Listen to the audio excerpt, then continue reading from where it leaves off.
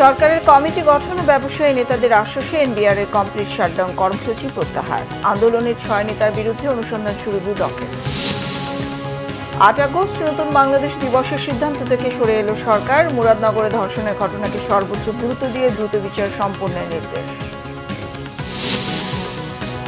মুরাদনগরে প্রবাসী স্ত্রীর ধর্ষক ফজর আলী ঢাকায় গ্রেফতার। মামলার তদন্তের অগ্রগতি 15 দিনের মধ্যে হাইকোর্টকে জানানোর নির্দেশ। সংখ্যানুপাতিকের দাবি তুলে নির্বাচন পেছানোর ষড়যন্ত্র সহ্য করা হবে না, হুঁশিয়ারি বিএনপি। মির্জা আব্বাস বললেন, দেশের মানুষ প্রচলিত ব্যবস্থায় অভ্যস্ত। জুলাইতে জুলাই সনদ নিয়ে অনিশ্চয়তা, ক্ষুব্ধ এনসিপি। 3 আগস্ট কেন্দ্রীয় শহীদ মিনারে ইশতেহার ও ঘোষণাপত্র প্রকাশের বার্তা। দেখছিলেন ক্রাউন সিমেন্ট সংবাদ শিরোনাম।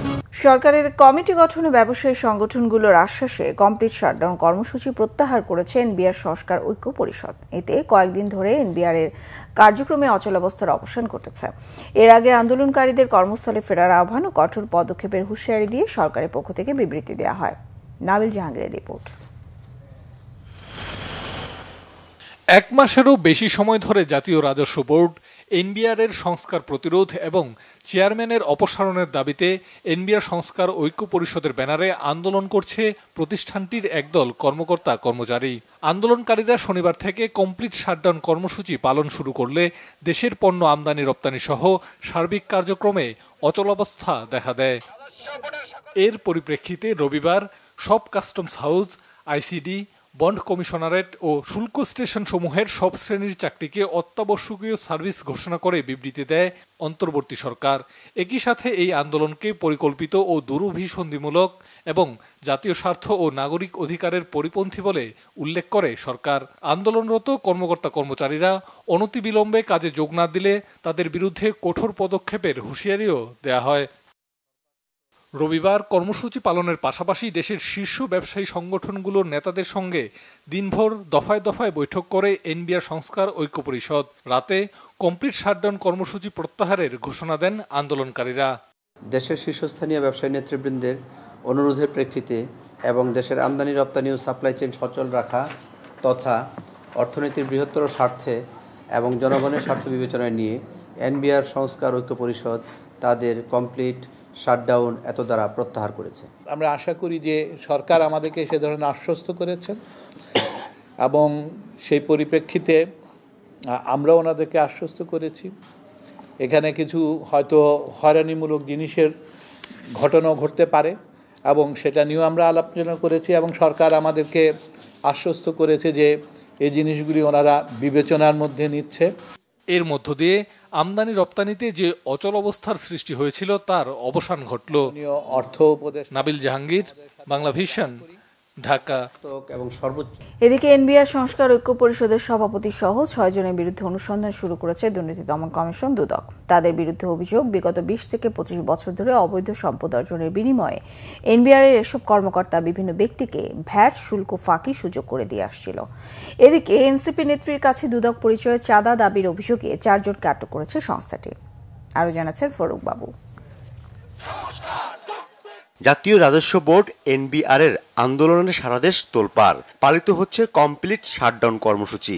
পরিস্থিতি মোকাবেলায় কঠোর হুঁশিয়ারি দিয়েছে সরকার। এমন এক প্রেক্ষাপটে এনবিআর সংস্কার ঐক্য পরিষদের সভাপতি ও অতিরিক্ত কমিশনার হাসান তারেক রিকাবদার, এনবিআর সদস্য AKM বদিউল আলম সহ 6 কর্মকর্তার বিরুদ্ধে অনুসন্ধান শুরু করেছে দুদক। অবশ্য দুদকের দাবি, আন্দোলনের সাথে অনুসন্ধানের কোনো সম্পৃক্ততা নেই। দুর্নীতি, স্বজনপ্রীতি এবং অনিয়মের মাধ্যমে জ্ঞাত আয় বহির্ভূত সম্পদ অর্জনের প্রেক্ষিতে বর্ণিত 6 জন কর্মকর্তার বিরুদ্ধে অনুসন্ধানের সিদ্ধান্ত গৃহীত হয়েছে। এদিকে এনসিপি নেত্রী মাহমুদা মিতার কাছে দুদক কর্মকর্তা পরিচয়ে চাঁদা দাবি করা 4 জনকে আটক করা হয়েছে। তাদের থেকে জব্দ করা হয়েছে বিভিন্ন গণমাধ্যমের পরিচয়পত্র, ক্যামেরা, মাইক্রোফোন, 23টি সিম কার্ড সহ মোবাইল ফোন। পুলিশ সুপার পদমর্যাদার একজন পরিচালকের নেতৃত্বে 5 সদস্য বিশিষ্ট একটি অনুসন্ধান কমিটি গঠন করা হয়। তারই প্রেক্ষিতে পুলিশ, র্যাব ও অন্যান্য আইনশৃঙ্খলা রক্ষাকারী বাহিনীর সহায়তায় গত রাতে প্রতারক চক্রটিকে শনাক্ত করে চক্রের মূল হোতা মোহাম্মদ সেলিম সহ 4 জনকে গ্রেপ্তার করা হয়েছে। দুদকের নামে কেউ চাঁদা দাবি করলে 106 নম্বরে ফোন করে তথ্য দেওয়ার আহ্বান জানিয়েছেন দুদক মহাপরিচালক। ফররুখ বাবু, বাংলা ভিশন, ঢাকা। 8 আগস্ট নতুন বাংলাদেশ দিবস পালনের সিদ্ধান্ত থেকে সরে এসেছে সরকার। উপদেষ্টা পরিষদের বৈঠকে 16 জুলাই শহীদ দিবস হিসেবে পালনের সিদ্ধান্ত নেওয়া হয়েছে। আর 5 আগস্ট পালিত হবে গণ অভ্যুত্থান দিবস। এছাড়া ভুয়া ও হয়রানিমূলক মামলা এবং মামলা বাণিজ্য বন্ধে সিআরপিসি পরিবর্তনে অনুমোদন দিয়েছে উপদেষ্টা পরিষদ।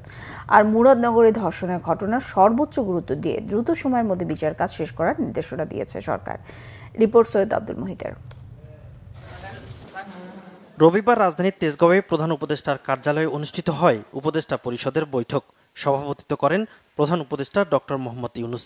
উপদেষ্টা পরিষদ 16 জুলাই শহীদ দিবস আর 5 আগস্ট গণ অভ্যুত্থান দিবস পালনের সিদ্ধান্ত নেয়। 8 আগস্ট নতুন বাংলাদেশ দিবস পালন না করার সিদ্ধান্ত নেয় বৈঠকে। পরে ব্রিফিংয়ে আইন উপদেষ্টা ডক্টর আসিফ নজরুল জানান, কোনো প্রমাণ না থাকলে হত্যা মামলার প্রাথমিক পর্যায়েই আসামিকে অব্যাহতি দিতে পারবে আদালত। যেই সমস্ত মামলায় আপনার গ্রেফতার বাণিজ্য বা মামলা বাণিজ্য হচ্ছে, অসংখ্য লোককে আসামি করা হচ্ছে এবং যাদের বিরুদ্ধে প্রিলিমিনারি রিপোর্টে, পুলিশের প্রাথমিক রিপোর্টে কোনো রকম এভিডেন্স পাওয়া যাবে না, তাদেরকে আদালত প্রাথমিক স্টেজে, প্রি ট্রায়াল স্টেজে বিচার শুরু করার আগে ডিসচার্জ করে দিতে পারবেন। এছাড়াও জুলাই গণঅভ্যুত্থানের মামলা পরিচালনার সহযোগিতার স্বার্থে ঢাকায় আগামী 3 বছরের জন্য জাতিসংঘের মানবাধিকার বিষয়ক অফিস করার সিদ্ধান্ত অনুমোদন দিয়েছে উপদেষ্টা পরিষদ। সিএইচআর মিশনের একটা অফিস বাংলাদেশে হবে, এই লক্ষ্যে ওনারা আলোচনা করছিলেন। তো এই আলোচনা একটা উল্লেখযোগ্য অগ্রগতি হয়েছে। আমরা যে ড্রাফট এমওইউ বা সমঝোতা স্মারক, সেটা আজকে মন্ত্রী পরিষদের সভায় নীতিগতভাবে অনুমোদিত হয়েছে। এটা অফিসটা হবে প্রাথমিকভাবে 3 বছরের জন্য। আইন উপদেষ্টা ব্রিফিংয়ে জানান, কুমিল্লার মুরাদনগরে ধর্ষণের ঘটনায় সবাইকে এরই মধ্যে গ্রেপ্তার করা হয়েছে। মুরাদনগরে যে জঘন্য আপনার ধর্ষণের ঘটনা ঘটেছে, সেটা আমরা বাংলাদেশের যে কোনো সাধারণ নাগরিকের মতো আমরা সবাই মর্মাহত, ক্ষুব্ধ। এটা আমরা সর্বোচ্চ গুরুত্ব দিয়ে এই ঘটনার বিচার করব, এটা আমরা বদ্ধপরিকর। সৈয়দ আব্দুল মুহিত, বাংলা ভিশন, ঢাকা। কুমিল্লার মুরাদনগরে প্রবাসী স্ত্রীকে ধর্ষণ মামলার প্রধান আসামি ফজর আলী সহ 5 জনকে গ্রেফতার করেছে পুলিশ। রবিবার ভোরে ঢাকার সায়েদাবাদ এলাকা থেকে ফজর আলীকে গ্রেফতার করা হয়। বিষয়টি নিশ্চিত করেছেন কুমিল্লার এসপি নাজির আহমেদ খান। এর আগে ধর্ষণের পর সামাজিক মাধ্যমে ভিডিও ছড়িয়ে দেওয়ার অভিযোগে অনিক, সুমন, রমজান ও বাবুকে গ্রেফতার করে পুলিশ। মামলার প্রধান আসামি ফজর আলী সহ এদের সবার বাড়ি মুরাদনগরের 5 কিত্তা এলাকায়। স্থানীয়রা জানান, 26 জুন রাতে রামচন্দ্রপুর 5 কিত্তা গ্রামের এক প্রবাসীর স্ত্রীকে ধর্ষণের অভিযোগ ওঠে ফজর আলীর বিরুদ্ধে। এ ঘটনায় স্থানীয়দের হাতে মারধরের শিকার হয় সে। পরে আহত ফজর আলী সেখান থেকে পালিয়ে যায়। শুক্রবার ফজর আলীকে প্রধান আসামি করে মামলা করেন ভুক্তভোগী নারী। স্থানীয়রা বলছেন, ফজর আলীর আওয়ামীপন্থী স্থানীয় ইউপি চেয়ারম্যানের সাথে ঘনিষ্ঠতা রয়েছে। সচেতন সমাজ এর দৃষ্টান্তমূলক বিচার দাবি করেছে। এদিকে কুমিল্লার মুরাদনগরের সংঘটিত ধর্ষণের ঘটনায় সামাজিক যোগাযোগ মাধ্যমে ছড়িয়ে পড়া ভিডিও নিয়ে কঠোর নির্দেশনা দিয়েছে হাইকোর্ট। ভিডিও সরাতে বলা হয়েছে 24 ঘন্টার মধ্যে। রবিবার দুপুরে বিচারপতি ফাহমিদা কাদের ও বিচারপতি সৈয়দ মনসুর আলমের বেঞ্চ এই আদেশ দেয়। এর আগে নির্যাতিতা ওই নারীর সুরক্ষা নিশ্চিত, ক্ষতিপূরণ এবং সামাজিক যোগাযোগ মাধ্যমে ছড়িয়ে পড়া ছবি ও ভিডিও অপসারণের বিষয়ে রিট করেন আইনজীবী মীর AKM নুরুন নবী। এ ঘটনায় থানায় মামলা হওয়ায় মামলা তার গতিতেই চলবে উল্লেখ করে ধর্ষণের শিকার নারীকে পর্যাপ্ত নিরাপত্তা ও চিকিৎসা দেওয়ার নির্দেশনা দেয় আদালত। এছাড়া হাইকোর্টকে 15 দিনের মধ্যে মামলার তদন্তের অগ্রগতি জানাতে বলা হয়েছে। বিএনপির স্থায়ী কমিটির সদস্য মির্জা আব্বাস বলেছেন, দেশের মানুষ প্রচলিত নির্বাচন ব্যবস্থায় অভ্যস্ত, তাই সংখ্যানুপাতিক নির্বাচন চেয়ে ত্রয়োদশ জাতীয় সংসদ নির্বাচন পেছানোর ষড়যন্ত্র সফল হবে না। কুমিল্লার মুরাদনগরে প্রবাসী স্ত্রীকে ধর্ষণের ঘটনায় বিএনপি জড়িত নয় জানিয়ে বিএনপির আরেক নেতা রুহুল কবির রিজভী বলেন, বিএনপিকে নিয়ে অপপ্রচারে লিপ্ত একটি মহল। রাজধানীতে পৃথক 2 অনুষ্ঠানে তারা এসব কথা বলেন। আরও জানাচ্ছেন মোবাশ্বের আহমদ। রবিবার সকালে রাজধানীর ডিপ্লোমা ইঞ্জিনিয়ার্স ইনস্টিটিউশনে রমনা থানা বিএনপির সদস্য সংগ্রহ কার্যক্রম উদ্বোধন করেন বিএনপির স্থায়ী কমিটির সদস্য মির্জা আব্বাস। এ সময় তিনি বলেন, দেশ যখন ঐকমত্যের ভিত্তিতে নির্বাচনের পথে হাঁটছে, তখনই নির্বাচন ইস্যুতে আবারও পরিস্থিতি ঘোলা করার চেষ্টা করা হচ্ছে। পিআর সিস্টেম না হলে নির্বাচন হতে দেওয়া হবে না, স্থানীয় সরকার আগে না হলে নির্বাচন দেওয়া হবে না, বিচার না হলে আগে নির্বাচন হতে দেওয়া হবে না। আরে ভাই, আপনাদের শুধু না বলার জন্য বলা হয়েছে নাকি? আর আমরা বিএনপি যদি বলি হবে হবে এবং হবে, হতেই হবে। সুতরাং কোন রকম কনফ্রন্টেশনে বিএনপি যেতে চায় না। আমরা 17 বছর রাজপথে যুদ্ধ করেছি, আমরা রাজপথে আর যুদ্ধ করতে চাই না। এদিকে দুপুরে পল্টনে বিএনপির কেন্দ্রীয় কার্যালয়ে সমসাময়িক বিষয়ে সংবাদ সম্মেলন করেন দলের সিনিয়র যুগ্ম মহাসচিব রুহুল কবির রিজভী। তিনি বলেন, কুমিল্লার মুরাদনগরে প্রবাসী স্ত্রীকে ধর্ষণের ঘটনার সাথে পতিত আওয়ামী লীগের সাবেক নেতা জড়িত থাকলেও দায় চাপানোর চেষ্টা হচ্ছে বিএনপির ওপর। মানে রাষ্ট্র ক্ষমতার জোরে মিডিয়াকে কবজায় নিয়ে যেভাবে অপপ্রচার চালিয়েছে, সেই অপপ্রচার এখন তারা গোপনেও তাদের টাকা দিয়ে, তাদের অস্ত্র দিয়ে তারা চালিয়ে যাচ্ছে। যার প্রমাণ হচ্ছে প্রধানভাবে দেখলাম যে সেটা করেছে আওয়ামী লীগের একজন নেতা একটি হিন্দু পরিবারে গিয়ে যে অপকর্মটি করেছে, আমার বলতেও সেটা ঘৃণা লাগছে, সেটা আমাদের দলের নামে চাপিয়ে দেওয়ার চেষ্টা করছে। এই ধরনের ঘটনা তারা আরো বিভিন্ন জায়গায় করেছে। অস্থিরতা তৈরি না করে ঐকমত্যের ভিত্তিতে গণতন্ত্রের স্বার্থে সবাইকে একসাথে কাজ করার আহ্বানও জানান বিএনপির এই নেতা। আমরা যাতে এক থাকতে পারি, এক হতে পারি। মোবাশ্বের আহমেদ, বাংলা ভিশন, ঢাকা। ফেব্রুয়ারিতেই সংসদ নির্বাচন হবে বলে আশাবাদ জানিয়েছেন বিএনপির স্থায়ী কমিটির সদস্য আমির খসরু মাহমুদ চৌধুরী। সোহরাওয়ার্দী উদ্যানে ইসলামী আন্দোলনের মহাসমাবেশ থেকে আগে স্থানীয় সরকার নির্বাচনের দাবির বিষয়ে জানতে চাইলে তিনি এমন মন্তব্য করেন। গুলশানে চেয়ারপারসনের কার্যালয়ে বিএনপি মহাসচিব মির্জা ফখরুল ইসলাম আলমগীরের সাথে Canadian high commissioner Ajit Singh এর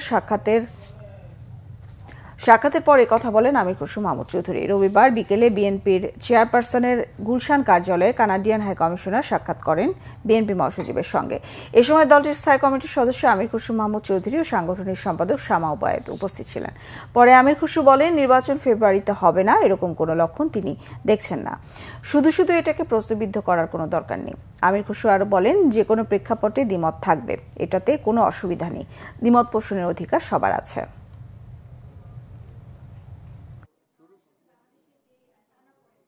সারা দেশ নির্বাচনে নেমে পড়ছে, নির্বাচন কমিশন প্রস্তুতি নিচ্ছে, তৈরি আছে। তো যে বিষয়টা হয় না, এটাকে শুধু শুধু প্রশ্নবিদ্ধ করে তো কোনো লাভ নেই, তাই না? সবাই প্রস্তুতি নিচ্ছে ফেব্রুয়ারিতে, এবং দ্বিমত তো থাকবেই, যে কোনো প্রেক্ষাপটে দ্বিমত থাকবে। আপনি যখনই যেটা বলবেন রাজনৈতিক দলের মধ্যে দ্বিমত থাকবে, তো এটা কোনো অসুবিধা নেই, এটা সকলের অধিকার আছে। এদিকে ছাত্রদল নেতা নুরুজ্জামান জনিকে অপহরণ, গুম করে ক্রসফায়ারে হত্যার অভিযোগে সাবের হোসেন চৌধুরী ও আসাদুজ্জামান মিয়া সহ ৬২ জনকে আসামি করে ট্রাইব্যুনালে অভিযোগ জমা দিয়েছে বিএনপি। রবিবার সকালে আন্তর্জাতিক অপরাধ ট্রাইব্যুনালে অভিযোগ জানান বিএনপির জাতীয় নির্বাহী কমিটির সদস্য এবং মামলা ও তথ্য সংরক্ষণ সমন্বয়ক সালাউদ্দিন খান। অভিযোগ দিয়ে গণমাধ্যমকে তিনি বলেন, 2015 সালে জনি জেলখানায় যায় এক বন্ধুকে দেখতে, সেখান থেকে তাকে অপহরণ করা হয়। পরে গুম করে রেখে 2 দিন পর 16টি গুলি করে ক্রসফায়ার করে হত্যা করা হয়। বাদী এখন পর্যন্ত এই মামলা সুরাহা করতে পারেনি। দ্রুত ন্যায় বিচার পাবেন বলে আশা তাদের। বেশিরভাগ দল চাইলেও সাংবিধানিক ও সংবিধিবদ্ধ সংস্থার নিয়োগ কমিটির পক্ষে নয় বিএনপি। এর পরিবর্তে আগের আইনে সংস্কার করেও স্বচ্ছতা ও জবাবদিহিতার নিশ্চয়তা চায় দলটি। তবে জাতীয় ঐকমত্য কমিশনের বৈঠকে দ্বিকক্ষ বিশিষ্ট পার্লামেন্টের বিষয়ে একমত বিএনপি। এদিকে জাতীয় নাগরিক পার্টি এনসিপির অভিযোগ, বিএনপি সহ 2-1টি দলের কারণে আটকে আছে জুলাই অভ্যুত্থানে জন আকাঙ্ক্ষা সংস্কার। আরও জানাচ্ছেন শুভ মাহফুজ। রাজধানীর ফরেন সার্ভিস একাডেমিতে জাতীয় ঐকমত্য কমিশনের সঙ্গে রবিবারও রাজনৈতিক দলগুলোর দ্বিতীয় পর্যায়ের 7ম দিনের আলোচনা হয়। এদিনও আলোচনা হয় সাংবিধানিক ও সংবিধিবদ্ধ প্রতিষ্ঠানের নিয়োগ কমিটি নিয়ে। এর সাথে যুক্ত হয় দ্বিকক্ষ বিশিষ্ট সংসদ। দিনের শুরুতে হতাশা নিয়ে কমিশনের সহসভাপতি আলী রিয়াজ বলেন, ঐকমত্য গঠনে আশাব্যঞ্জক অগ্রগতি হয়নি। রাষ্ট্রকাঠামো গঠনে সবার দায়িত্ব পালনই জুলাই শহীদদের প্রতি শ্রদ্ধা জানানোর একমাত্র উপায়। আমরা আশা করেছিলাম আবু সাঈদের শাহাদাত বার্ষিকীতেই আমরা সকলে মিলে এই সনদে স্বাক্ষর করতে পারবো। সেটা কতটা সম্ভব হবে সেটা আপনাদের উপর নির্ভর করে। আমরা খানিকটা শঙ্কিত যে সেই জায়গায় আমরা যাব না। তবে এটা আমি বলতে পারি যে আমাদেরকে অবশ্যই জুলাই মাসের মধ্যেই এই প্রক্রিয়ার একটা পরিণতির দিকে যেতে হবে। 7ম দিনের আলোচনায় সাংবিধানিক ও সংবিধিবদ্ধ সংস্থার নিয়োগের বিষয়ে আগের অবস্থানে অটল থাকলেও দ্বিকক্ষ বিশিষ্ট পার্লামেন্টে একমত বিএনপি।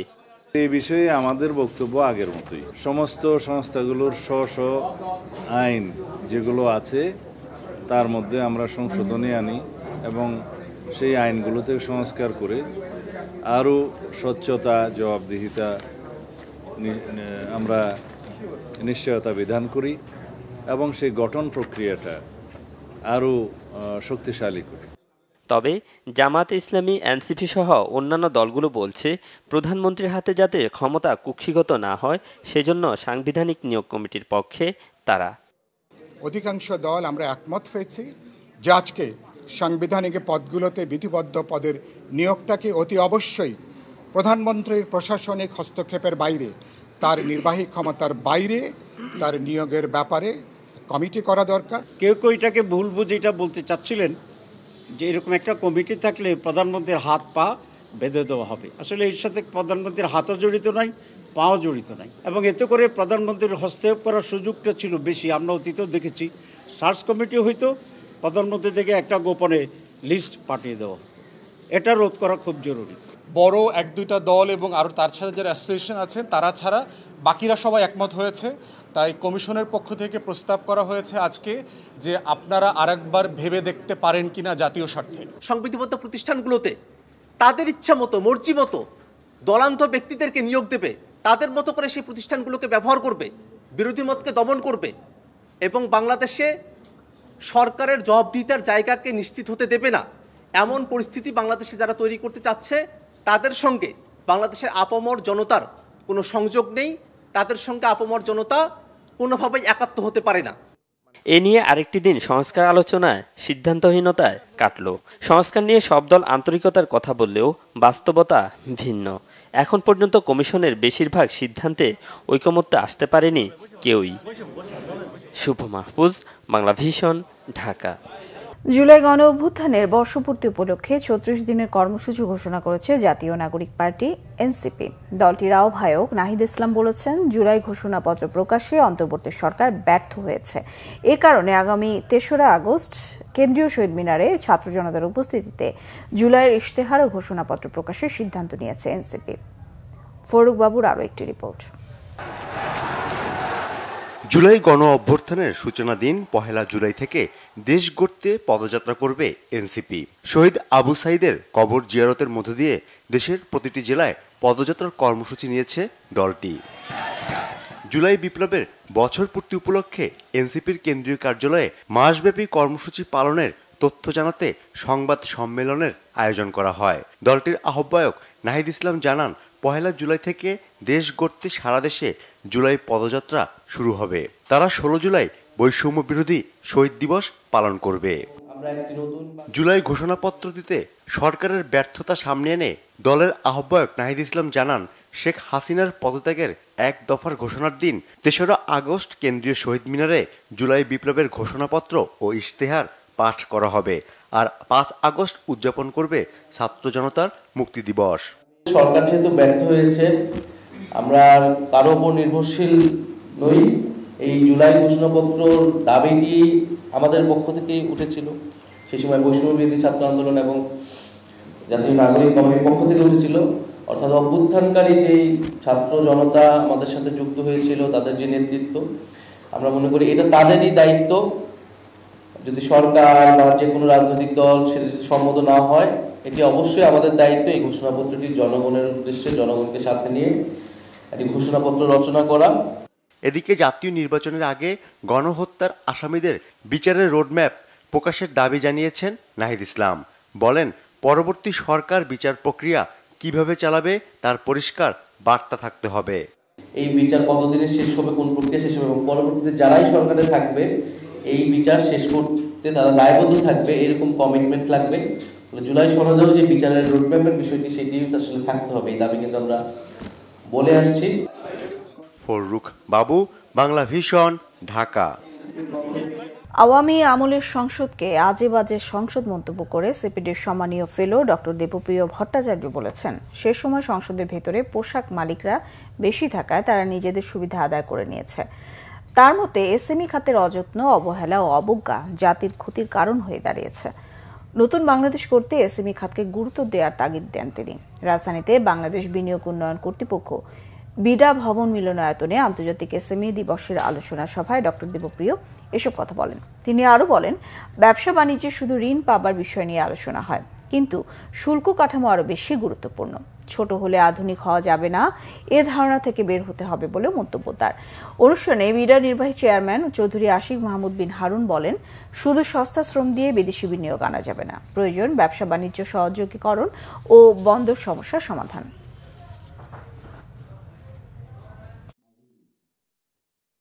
রাজধানীর চাংখারপুলে 6 জনকে হত্যার ঘটনায় মানবতাবিরোধী অপরাধের মামলায় অভিযোগ গঠনের শুনানি শুরু হয়েছে। জুলাই আগস্টের প্রথম মামলা হিসেবে সাবেক ডিএমপি কমিশনার হাবিবুর রহমান হাবিব সহ 8 আসামির বিচার প্রক্রিয়া শুরু হয়েছে। রবিবার রাষ্ট্রপক্ষের শুনানি শেষ হলেও আসামি পক্ষের শুনানির দিন ধার্য করা হয়েছে 3 জুলাই। গত বছরের 5 আগস্ট রাজধানীর চাংখারপুলে 6 জনকে হত্যায় সাবেক ডিএমপি কমিশনার হাবিবুর রহমান হাবিব সহ 8 জনের অভিযোগ গঠনের আবেদন করে প্রসিকিউশন। শুনানিতে বলা হয়, সে সময় ডিএমপি কমিশনার সহ ঊর্ধ্বতন আসামিদের নির্দেশে চাংখারপুলে 6 জনকে গুলি করে হত্যা করা হয়। এদিন পলাতক 4 আসামির পক্ষে রাষ্ট্রনিযুক্ত আইনজীবী এবং গ্রেফতার 4 জনের মধ্যে 2 জনের পক্ষে তাদের আইনজীবী মামলা থেকে অব্যাহতি চেয়ে আবেদন করেন। উত্তরা আজমপুরে মর্মান্তিক দুর্ঘটনার জন্য দায়ী ট্রাক চালককে গ্রেফতার সহ 4 দফা দাবিতে আজ সোমবার তেজগাঁওয়ে আহসানুল্লাহ বিজ্ঞান ও প্রযুক্তি বিশ্ববিদ্যালয় ক্যাম্পাসে বিক্ষোভ সমাবেশ করবে দুর্ঘটনায় নিহত ফাহিম আহমেদের সহপাঠীরা। রবিবার বিকেলে ক্যাম্পাসে ফাহিমের আত্মার শান্তি কামনা করে দোয়া করা হয়। বিশ্ববিদ্যালয়ের ভিসি অধ্যাপক ডক্টর মোহাম্মদ আশরাফুল হক, প্রক্টর অধ্যাপক ডক্টর মোহাম্মদ আশরাফুর রহমান ও শিক্ষক শিক্ষার্থীরা অংশ নেন। পরে ফাহিমের সহপাঠীরা দায়ী ট্রাক চালকের দ্রুত গ্রেফতার ও শাস্তি সহ 4টি দাবি তুলে ধরেন। দাবি আদায়ে বিক্ষোভ সমাবেশের কর্মসূচি ঘোষণা করা হয়। শনিবার দিবাগত রাত 2:30টায় রাজধানীর উত্তরা আজমপুরে মর্মান্তিক দুর্ঘটনায় নিহত হন ফাহিম, তার ভাই নাইম ও মামা জাবেদ। সংবাদ শেষ করব ক্রাউন সিমেন্ট শিরোনামগুলো আরও একবার জানিয়ে। সরকারের কমিটি গঠন ও ব্যবসায়ী নেতাদের আশ্বাসে এনবিআর এর কমপ্লিট শাটডাউন কর্মসূচি প্রত্যাহার। আন্দোলনে 6 নেতার বিরুদ্ধে অনুসন্ধান শুরু দুদকের। 8 আগস্ট নতুন বাংলাদেশ দিবসের সিদ্ধান্ত থেকে সরে এলো সরকার। মুরাদনগরে ধর্ষণের ঘটনাকে সর্বোচ্চ গুরুত্ব দিয়ে দ্রুত বিচার সম্পন্নের নির্দেশ। মুরাদনগরে প্রবাসী স্ত্রীর ধর্ষক ফজর আলী ঢাকায় গ্রেফতার। মামলার তদন্তের অগ্রগতি 15 দিনের মধ্যে হাইকোর্টকে জানানোর নির্দেশ। সংখ্যানুপাতিকের দাবি তুলে নির্বাচন পেছানোর ষড়যন্ত্র সহ্য করা হবে না, হুঁশিয়ারি বিএনপির। মির্জা আব্বাস বললেন, দেশের মানুষ প্রচলিত ব্যবস্থায় অভ্যস্ত। জুলাইতে জুলাই সনদ নিয়ে অনিশ্চয়তা, ক্ষুব্ধ এনসিপি। 3 আগস্ট কেন্দ্রীয় শহীদ মিনারে ইশতেহার ও ঘোষণাপত্র প্রকাশের বার্তা। এই ছিল এখনকার মতো। পরের সংবাদ সকাল 7:30টায় দেখার আমন্ত্রণ রইল। এছাড়া বাংলা ভিশন সংবাদ ও সংবাদ সংশ্লিষ্ট অনুষ্ঠান দেখতে ভিজিট করুন www.bbnews24.com ও facebook.com/banglavisionnews। সাবস্ক্রাইব করুন youtube.com/banglavisionnews। সঙ্গে থাকায় ধন্যবাদ সবাইকে।